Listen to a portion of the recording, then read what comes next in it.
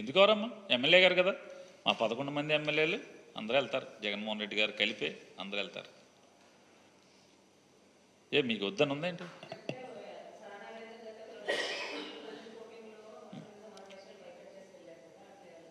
ఎప్పుడు బాయ్కాట్ చేశారు? ఎప్పుడు బాయ్కాట్ చేశారని? అసలు జగన్మోహన్ రెడ్డి గారు రాలేదా? 2 years తర్వాత కాదు, 2 years తర్వాత కాదు. అసెంబ్లీలో ప్రజాస్వామ్య విరుద్ధంగా ప్రతిపక్ష నాయకుడికి అసలు మైక్ అనేది ఇవ్వకుండా, అసలు మాట్లాడనివ్వకుండా,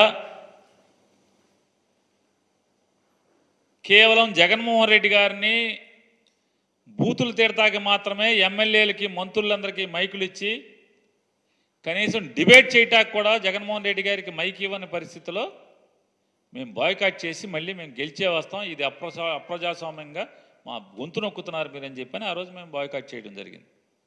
అది కూడా ఎన్ని రోజుల తర్వాత? 3 ఏళ్ల తర్వాత, 3 సంవత్సరాల తర్వాత.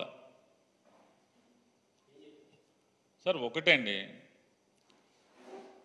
విజయసాయి రెడ్డి గారా, లేదా చంద్రబాబు నాయుడు గారా, లేదా పేరు నానియా, ఎవరైనా ఒక ప్రజా జీవితంలో ఉన్న వారి మీద ఎవరైనా విమర్శలు చేసినప్పుడు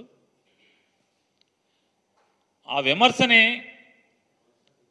అయితే అది వ్యక్తిగత విమర్శలు కాబట్టి, ఆధారం లేని విమర్శలు కాబట్టి అయితే హుందాగా మీడియా వార్తను ప్రచురించకపోవటమా, లేదా టెలికాస్ట్ చేయకుండా ఉండటమా జరుగుతుంది. లేదా ఆ రాజకీయ నాయకుడి మీద ఇవాళ ఏంటంటే మీడియా అంతా కూడా వర్టికల్గా డివైడ్ అయిపోయి ఉంది, రాజకీయ రంగులు పులుముకుని ఉంది కాబట్టి మీడియా ఆ వార్త పోనీ వేస్తే వార్త వేశారు, ఆడు ఆరోపించాడు, మేము చూపించాము, వేసాము అంటే అర్థం ఉంటుంది. లేదా ఒక స్టోరీ వేసారంటే సర్లే ఎప్పుడో దిగజారి చచ్చింది కదా మీడియా, సర్లే వేసారులే స్టోరీ అనుకోవచ్చు. కానీ అందులో ఉన్నటువంటి సీఈఓ, ఒక ఛానల్లో సీఈఓ కూర్చుని దాన్ని ఒక డిబేట్ నిర్వహించి ఏ ఆధారాలు లేకుండా ఓహో ముసలోడు ఇంత పనోడా అంత పనోడా, ఏం భాష అది? నువ్వెవడవి కాదు, నువ్వు విలేకరివి లేదా ఒక సీఈఓవి, ఎంత హుందాగా నడపాల్సినటువంటి పరిస్థితుల్లో ఏమైనా ఆధారాలు ఉంటే మీ ఇష్టం మాట్లాడండి. కానీ నిరాధారంగా ఇష్టారాజ్యంగా వ్యక్తిత్వ హననం చేస్తూ, క్యారెక్టర్ అసాసిన్ చేస్తూ, మనిషిని మానసికంగా చంపే ప్రయత్నం, అంటే రాజకీయంగా చంపటాకి దుష్ప్రచారాలు,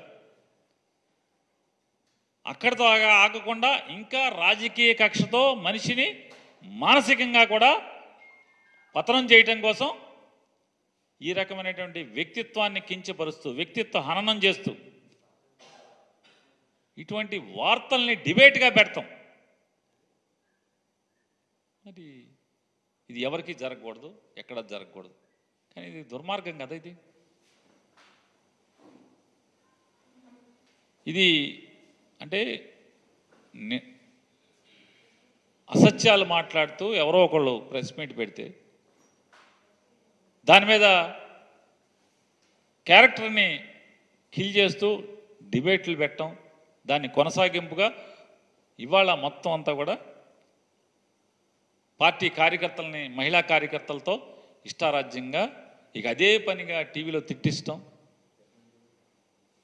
ఎవరైనా ఇది తగని పని కాదు. మీడియా పేరుతో, మీడియా ముసుగులో ఇంత అసహ్యం చేయటం కూడా ఇక అది మీ విఘ్నతకే వదిలేస్తాను.